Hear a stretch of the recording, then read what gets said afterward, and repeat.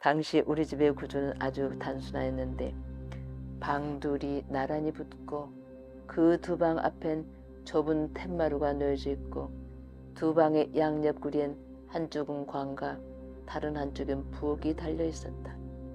당시에 우리 식구는 6식구였다. 할머니, 아버지, 엄마, 형, 나, 그리고 내 밑으로 터울이가 뚝 떨어져서 3살짜리 여동생 순이가 있었다. 윗방엔 할머니가 살았고 아랫방은 우리 5 식구가 살았다. 윗방 할머니 방은 아주 작았고 거기다 씨앗이며 지저분한 것들이 가득 차 있어 몹시 비좁았고 아래 우리가 살던 방은 훨씬 더 길어서 할머니 방보다 더 여럿이 살 수가 있었다. 그래도 우리 5 식구가 살기엔 비좁았다. 겨울엔 할머니 방이 몹시 추웠기 때문에 할머니마저도 우리 방에 건너와 있곤 하였다. 아궁이 구조가 잘못되었거나 방구들이 잘못 놓여져 방이 덥지 않았다고 생각하기보다는 지금 돌아보면 그쪽 방이 추웠던 이유는 땔감을 아껴서 였을 것이라는 이유가 더 타당해 보인다. 집 옆으로 아버지는 산에서 잘 나온 나무를 잘 자르고 뻐개어 큰 장작더미를 만들어 위에다 비나 눈이 와도 안 맞도록 덮어두고 있었는데 할머니를 위하여서는 그 장작더미를 덜어내기가 아버지는 아까웠을 것이다. 엄마 역시 아버지와 그 점에서 많이 다르지를 않았다. 엄마가 할머니를 미워하고 있던 이유 중 하나는 막내 여자 동생에 대해 할머니가 노상 입에 달고 있던 이놈의 계집애 집안 망해먹을 계집애 라고 하던 소리 때문이었다. 엄마는 할머니의 그 소리를 무척 싫어했다. 할머니의 입에서 그 소리만 나오면 엄마는 두 눈 귀가 쌩하게 올라가며 눈 안에 도끼를 파랗게 품고 할머니를 흘겨보곤 했다. 할머니가 내 막내 동생 계집에게 노상 그렇게 말했던 이유는 동생의 그 유난한 울음 때문이었다. 동생은 툭 하면 울기도 잘했지만 울 때의 모습이 몹시 특이했다. 눈에 흰자위가 새빨갛게 되어가지고 아글아글 쓰며 끝도 없이 울었다. 아직 나는 그때 내 동생 순이처럼 그렇게 이상한 모습으로 악착스럽게 우는 어린애를 본 적이 없었다. 어린 내가 봐도 동생의 울음은 유별났다. 부모에게 큰 원한이나 가지고 낳은 아이처럼 눈을 새빨갛게 까뒤집어 뜨고 똑바로 엄마를 바라보면서 아글아글 쓰고 울었다. 그 울음소리가 듣기에 얼마나 지겨운지 송곳으로 머릿속을 마구 찔러대는 것 같았다. 아무리 달래고 오르고 견디다 못해 때려도 점점 더 울음은 계속 되어갈 뿐이었다. 한 번 울음을 터뜨리면 어느 땐 몇 시간씩 그렇게 울었다. 그동안 우리는 마치 고음의 확성기 속에 들어가 있는 것 같았다. 머리꼬리 지끈지끈 아프고 기가 따갑고 온몸이 근질근질 견딜 수 없이 가려웠다. 보통 고역이 아니었다. 특히 이마와 코 등 뒤에 진땀을 뻘뻘 흘리면서 얼굴이 빨갛게 달아올라 쩔쩔매는 엄마의 모습은 곁에서 보기에 너무나 딱했다. 자식이 아니라 이건 원수가 태어난 것 같았다. 어린애가 어린애 같지 않고 귀신이 뒤집어 씌워져 있는 무슨 요물 같았다. 그렇지 않아도 계집애 우는 모습이 하도 요망스러워 불길한 생각이 들지 않을 수 없는 처지인데 할머니가 곁에서 자꾸만 무엇라고 하며 그런 불길한 마음을 더해주었다. 그 계집애 당장 갖다 버려라. 그래야 너희들이 산다. 살려두었다간 집안 다 망해놓고 말년이다. 애미애비 다 잡아먹고 제 오라비들 다 잡아먹고 나서야 그 울음소리를 그칠 거다. 할머니가 계속 그런 소리를 보내면 엄마는 시끄러워요. 얘 우는 소리도 시끄러워 죽겠는데 거기다 왜 더 보태요? 하며 성깔을 낸 앙칼진 소리로 쏘아붙였다. 아버지는 할머니가 가까이 있으면 이 늙은이야 입 좀 닥치고 있어 라고 길길이 띄었고 할머니가 멀리 있을 땐 저 지겨운 늙은이 언제 죽어? 라고 소리를 질렀다.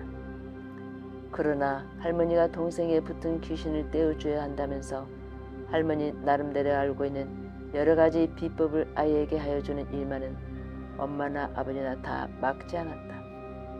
할머니는 정한순을 떠놓고 비는 일 위에도 이상한 미신 행위들을 많이 알고 있었다. 어디서 누구로부터 배운 것들인지 모르지만 할머니는 귀신하고 통하는 이상한 짓들을 많이 알고 있었다. 귀신 먹으라고 밥과 술, 나물 등을 차려 굴뚝 옆에 놓는다든가, 집신을 만들어 귀신 보고 신고 가라고 놓아준다든가, 누가 가르쳐준 비법인지 할머니는 밤에 자는 동안 이마 위로 물바가지를 돌리면서 모어라 자기만 아는 소리로 계속 중얼거리더니 된장에다 시래기를 넣고 쓴 죽을 한 사발 귀신 먹고 나가라고 밖에다 놓아주었다. 그래도 동생은 여전히 울었다. 할머니의 비법으로도 효험이 없자 엄마는 앞마을에서 무당을 데려다 그 아까운 쌀과 돈을 주고 국까지 했다. 동생은 구다는 동안에도 계속 울어댔다. 지금 돌아보면 동생이 그렇게 울어던 이유를 알 것 같다. 자기가 타고난 더럽고 저주받은 핏줄기가 너무 서러서임은 아니었을까. 잠재적으로 자신의 운명을 동생은 이미 알고 있었던 것은 아니었을까. 낙태의 경우 아직 태어나지 않은 어린 태네의 아이도 자기를 뵐 메스가 들어가면 죽음을 예감하고 본능적인 공포의 몸부림을 보이는데 하물며 태어난 아이 안에 어떻게 자신의 운명에 대한 예감이 전혀 주어져 있지 않을 수 있겠는가. 그렇게 새빨갛게 눈을 까지집고 엄마를 똑바로 바라보면서 울던 아이의 모습이 지금 세월이 지나서 되돌아보니까 심상치가 않다. 그때에도 나는 그렇게 악착스럽게 우는 아이의 울음소리가 왠지 조금은 슬프게 들렸었다. 날카롭게 자지러지는 동생의 울음소리가 온통 목 끝에 나의 감관이 긁히듯이 그렇게 나에게도 지겹게 느껴지곤 하였지만 그 안에서도 한가닥에 왠지 애처롭다라고 느껴지는 슬픔의 메아리 같은 것을 나의 어린 감성은 그 울음 속에서 만나곤 하였다. 동생이 무언가를 슬퍼하고 있다는 것을 막연히 나는 느끼곤 하였다. 내가 동생의 울음소리를 다른 사람들처럼 다만 지겹고 불길하고 요망스럽다고만 느끼지 않고 그 안에서 막연히 슬픔의 하소연 같은 것을 느낄 수 있었다는 것은 내 안에 이미 가지고 있던 슬픔 때문이었는지도 모른다. 공명이라는 것이 있다. 동생처럼 나는 그렇게 아글아글 쓰며 울지는 않았지만 내 안에서도 울고 싶었던 것들이 가득했었다. 당시보다 오히려 지금 되돌아보면 그때 내 안에 있었던 것들이 더 잘 보인다. 내 동심의 가장 전반적인 분위기는 슬픔이었었다.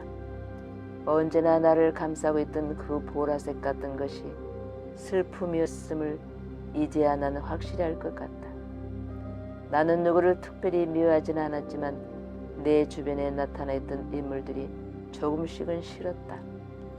나에게 늘 붙어있던 인물들이었지만 왠지 나에겐 이상하게도 조금씩은 낯설고 거리감이 느껴지던 사람들이었다.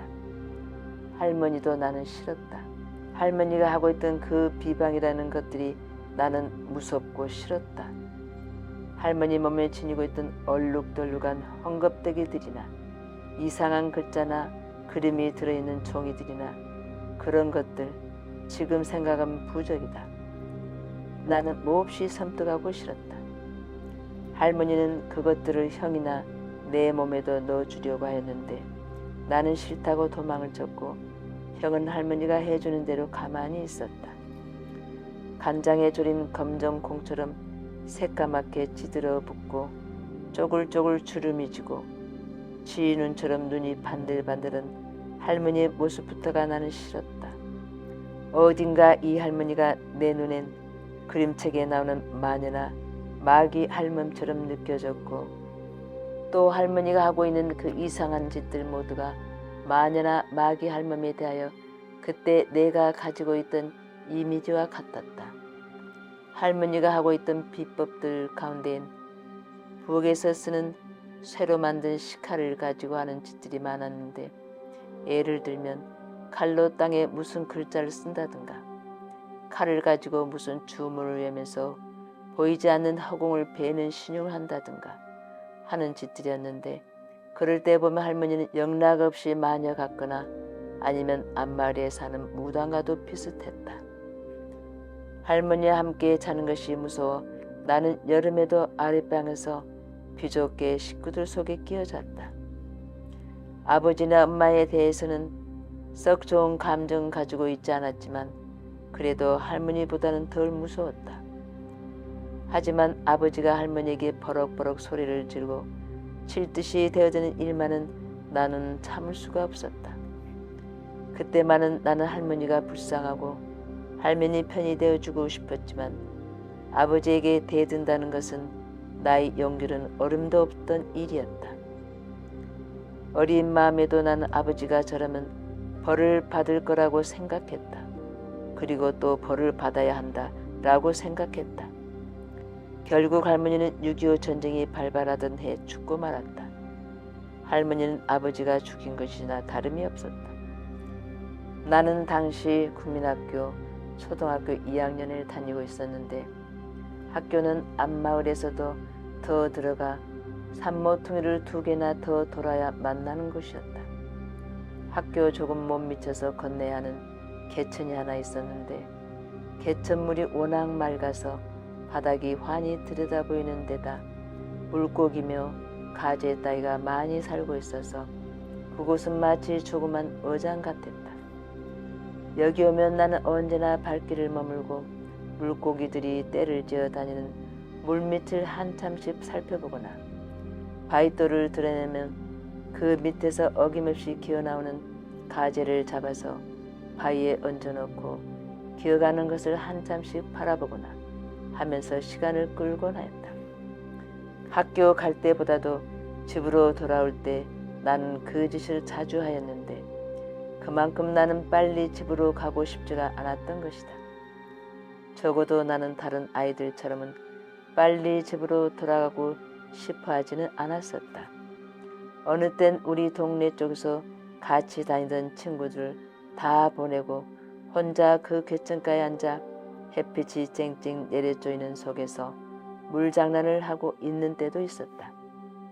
약간 날씨가 쌀쌀했지만 그날도 거기서 한참 어정되다가 집에 와보니 할머니와 아버지가 크게 말다툼을 하고 있었다.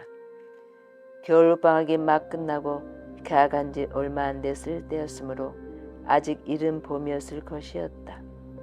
밑에서부터 산길을 올라와 우리 집 마당에 발을 디뎠는데 그때가 막 아버지가 할머니를 떠다박지르는 순간이었다. 할머니는 아버지가 있는 방 안에 대고 뭐라고 말을 하고 있었다. 틀림없이 아버지 귀에 거슬리는 잔소리를 하고 있음에 틀림없었다.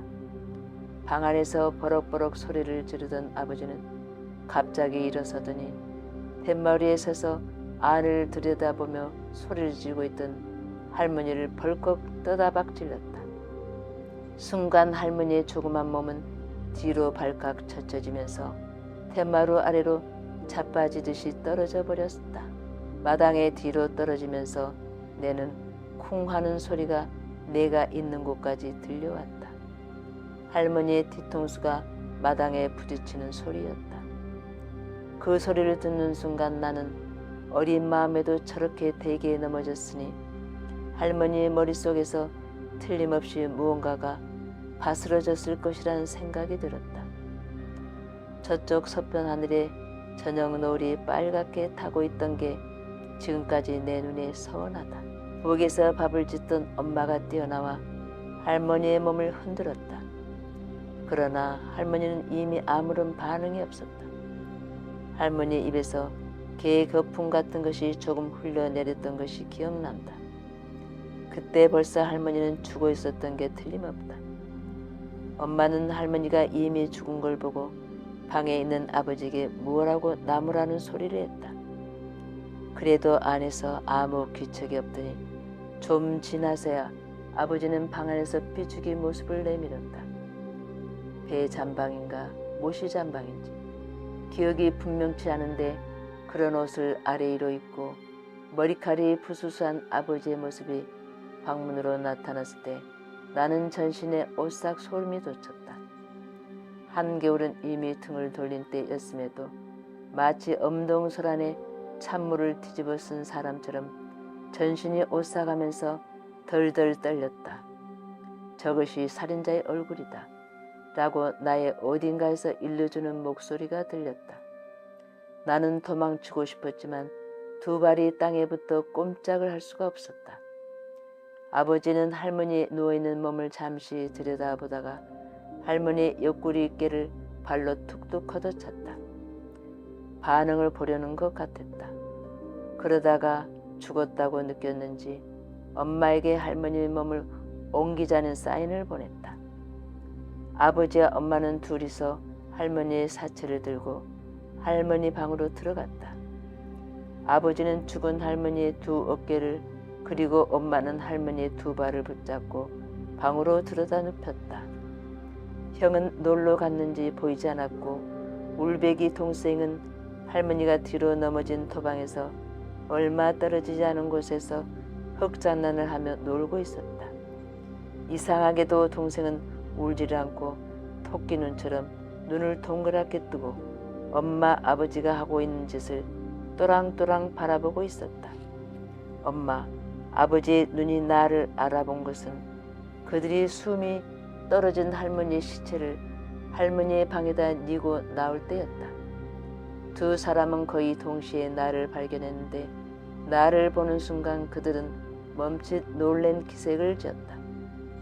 내 표정이 하얗게 그들 눈에 공포에 질려 있었기 때문인지도 몰랐다. 그들 눈에 띄자 나는 필사적으로 도망을 치려고 하였지만 새 뭉치처럼 두 다리가 무거워 꼼짝을 할 수가 없었다. 아버지는 나를 보곤 멈칫 한번 놀란 표정을 지었다가 그대로 고개를 돌리고 방으로 들어가 버렸지만 엄마는 꾸역꾸역 내가 있는 쪽으로 걸어왔다.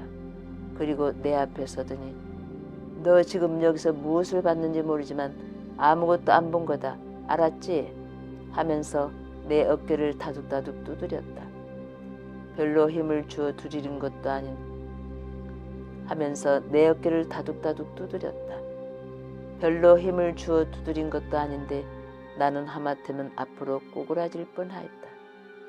그만큼 엄마의 손이 나에게 큰 충격을 주었는데 정말 엄마의 손에 힘이 가 있었던 건지 내 온몸에 힘이 다 빠져 있었는지 모르지만 단지 내가 그때 느낀 가장 확실한 것은 엄마의 손이 나의 어깨에 몹시 무겁게 느껴졌었다는 것이다. 엄마의 눈은 웃는 듯한 기색을 띠고 있었는데 태연을 가장하기 위한 엄마대로 노력이었을 것이다. 그러나 나는 엄마도 나처럼 몹시 겁을 먹고 있다는 것을 느낄 수 있었다. 그런 느낌은 마치 나에게도 진동음처럼 전달되어 왔다. 그날 밤 우리 중 아무도 할머니 방에 가 자지 않았다. 아버지가 우리에게 이 방에 가 자라고 명하지 않았기 때문이었다. 그날 밤 나는 마치 냉장고 속에 누워 자는 것 같았다. 이 방에 누워있는 할머니의 시체가 자꾸만 눈에 떠올라 나는 밤새 잠을 이룰 수가 없었다. 이 방에 누워있는 할머니의 시체가 자꾸만 눈에 떠올라 나는 밤새 잠을 이룰 수가 없었다. 목이 조이는 것 같기도 하고 가슴이 몹시 눌리는 것 같기도 하고 온몸이 철사줄로 꽁꽁 묶여있는 것 같기도 하였다. 또한 내가 누운 방구들이 무너져서 장마철에 비에 쓸려 떠내려가는 송판대기처럼 어디론가 흙탕물 속을 한없이 떠내려가고 있는 것 같게도 느껴졌다. 아버지와 엄마는 틀림없이 벌을 받을 것이라고 생각했다. 그 생각은 나의 어디로부터 오고 있었는지 모르지만 나는 줄창 그런 생각을 가지고 있었고 그 생각은 당시 내 어린 마음을 꽁꽁 묶어놓고 있었던 것들 중에 하나였다. 왠지 내가 묶여있다고 느끼고 쥐새끼처럼 그곳에서 빠져나갈 구멍을 내 마음속에서 항시 찾고 있었던 이유도 그 뿌리가 그 생각에 있었을 것이었다. 산 꼭대기에 있었던 우리 집은 앞마을 쪽으로만 트여 있고 세면이 산으로 둘러싸 있거나 산과 이어져 있었는데 밤낮 없이 온 산에서 온갖 새가 울었다. 하지만 우리 식구들 누구 하나도 새가 우는 소리를 듣고 사는 사람이 없었다. 산에서 들리는 온갖 아름다운 자연의 소리들이 우리들 귀엔 마치 기계공이 그 안에 살면서도 이미 듣지 못하게 된 오래 익숙해진 기계 돌아가는 소리처럼 거의 들리지를 않았다. 무엇에 그리도 우리가 바빴었는지 알 수가 없다. 그런데 그날 밤은 밤새도록 새가 우지는 소리들이 그렇게 내 귀에 분명하게 들릴 수가 없었다. 하지만 그 새 소리는 아름답지가 않고 내 귀청을 부리로 쪼아대는 소리처럼 들렸다. 마치 그 많은 새들이 내 고막 안에 몰려 들어와 울어대고 있는 것 같았다. 처음엔 귀청을 부리로 쪼아대는 것 같더니만 점차 그 혼잡 속에서 하나의 소리가 만들어지고 있었는데 그 소리는 마치 내 어린 심장을 쪼아대는 것 같았다. 너는 봤지? 너는 봤지? 내 아비가 내 할머니를 죽이는 걸. 나는 죽이는 건 못 봤고 떠미는 것만 봤어. 라고 나는 거기에 대고 계속 응답을 하고 있었다.